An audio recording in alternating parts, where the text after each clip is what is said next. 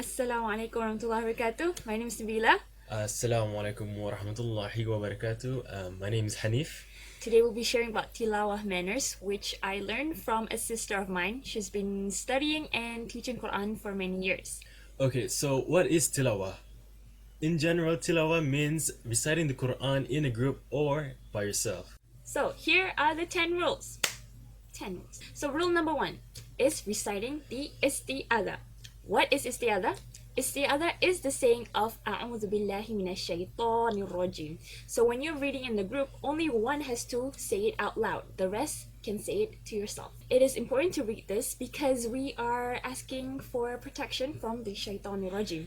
In Surah Nahl, ayat number 98, it says, so when you recite the Quran, first seek refuge in Allah from the accursed shaitan. This applies to all surah. When you're reading in the middle of the surah or beginning of the surah, it is important to read it before reciting the ayah. As for basmala, basmala is Bismillahirrahmanirrahim, and you only recite it when we are either transitioning from one surah to another or at the beginning of the surah. It is not a must to read basmala, because if you're reading through an ayah that is talking about the negative side of, like, not Allah's blessings or any of those benefit for the mu'mini Jannah side of it, if it's talking about, like, a negative thing about the Jahannam, there's no rahmah in that, so you don't read Bismillahirrahmanirrahim to that ayah. So, rule number 2, khushu'. So, what is khushu'? In general, what khushu' really means is that when we recite the Quran or read the Quran, we always have to stay focused. You have to try to understand what it really means, because there's some benefits in reading the Quran. But Prophet Muhammad SAW said that reading one letter of the Quran is equal to a reward of 10 times the reward. We should just try to stay focused spiritually and emotionally when we try to recite the Quran. Rule number 3, voice. So when we try to recite the Quran or try to read the Quran, we should try to read with a loud and clear voice so that we do not make mistakes. And with a loud voice does not mean that you have to shout. It means just to have a loud, respected voice. In Arabic, there's a word for it, for loud, which means jahran. So when we try to recite the Quran, we should try to recite it with a jahran voice. After all, we are reciting the beautiful words of Kalamullah. Rule number 4 is meaning. This is probably the toughest one of all, because as non-Arabic speakers, we tend to just read it blindly and just reading it as if it's a script. When you read it like that, there's no impact to our soul, right? So it is important to read the meaning, understand it, and apply. So when we know the meaning, we are understanding what Allah wants from us. Like, he's talking about the benefits of being kind to others, how we serve to our parents, or how we treat our neighbors, or how we are as a person. Like, those are the things that we should keep in mind, and those are the words that are being described in the ayahs of Quran. So it is very, very important to know the meaning and applying it in real life. Rule number 5, shedding a tear. So now that you've actually understand the meaning of the Quran when you recite it, sometimes when you read it, it touches your heart and it touches your soul. And then at that moment, you just feel like you want to cry. And it's okay to cry, because wallahi, when you're crying, it shows that your iman is talking, and subhanallah, that's really nice to have. Rule number 6 is tajweed. Okay, so this is probably the most important rule of all. It is very, very, very, very important to read it with good tajweed. This includes rules like nun sakin, tanween rules, mim rules, lam rules, ra rules, all the rules. Apply it when we are reading the Quran. Because if we read it something wrong, it could really change the meaning of Kalamullah. And that's something that we want to avoid.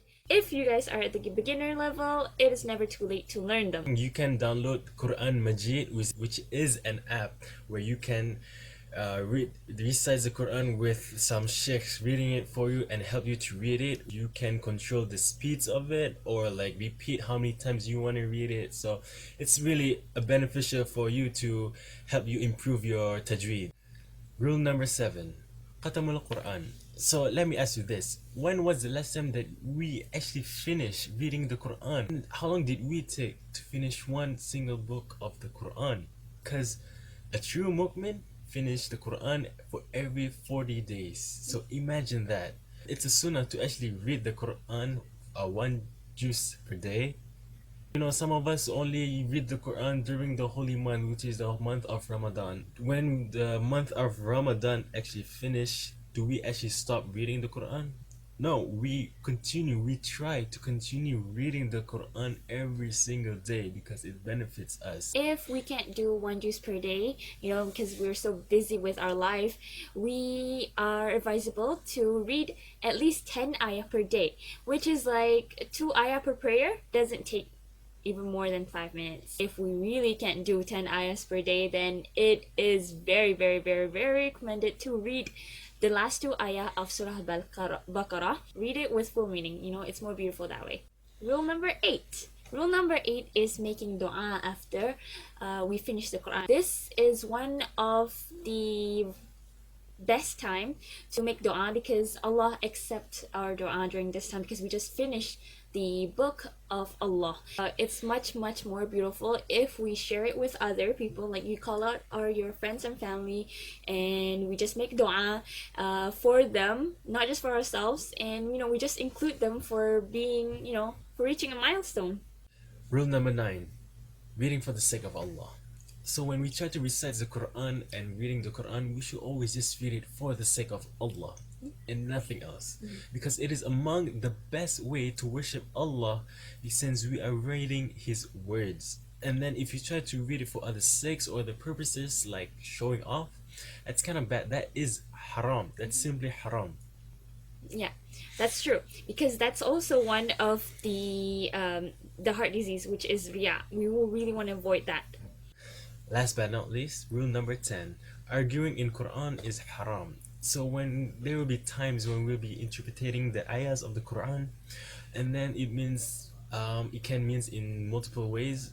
For example, for a person A reads the Quran and interprets it and saying that it means this and this, while person B reads the Quran and saying it's this and that, they both will start arguing about the interpretation, and this is really bad, which is you should not do this. If they clashes in opinion, this thing, they should bring it to someone who is very knowledgeable, like the scholars, just bring the topic and get his best opinion.